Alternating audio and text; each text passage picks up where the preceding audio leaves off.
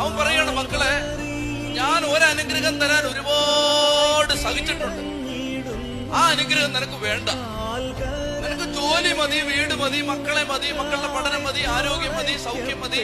ഞാൻ എന്റെ ശരീരത്തിൽ ഒരുപാട് സഹിച്ച് നിനക്കൊരു ഗിഫ്റ്റ് തന്നിട്ടുണ്ട്, നിനക്കത് വേണ്ട. ശ്രദ്ധിച്ച് കേട്ടെ, കാലിത്തൊഴുത്തിലേക്ക് ഈശോ പിറന്നു വീണത് കുർബാനയാവാനാണ്.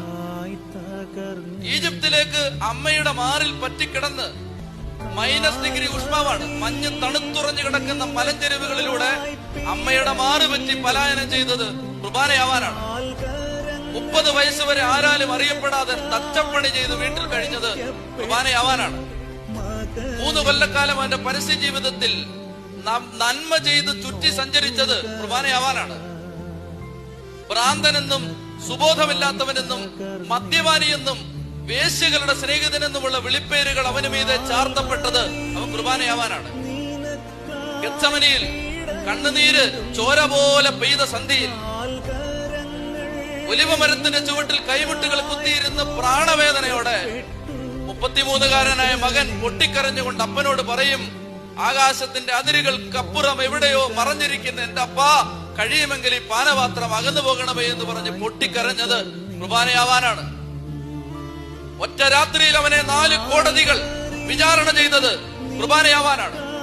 അന്നാസിന്റെയും കയ്യാപ്പായുടെയും ഹേറോദിന്റെയും പീലാത്തോസിന്റെയും കോടതി മുറികളിൽ നാണം കെട്ടവനെ പോലെ നമ്രശിരസ്കനായി നീചനും നിന്ദിക്കപ്പെട്ടവനുമായി തലകുനിച്ചു നിന്നത് കുർബാനയാവാനാണ്.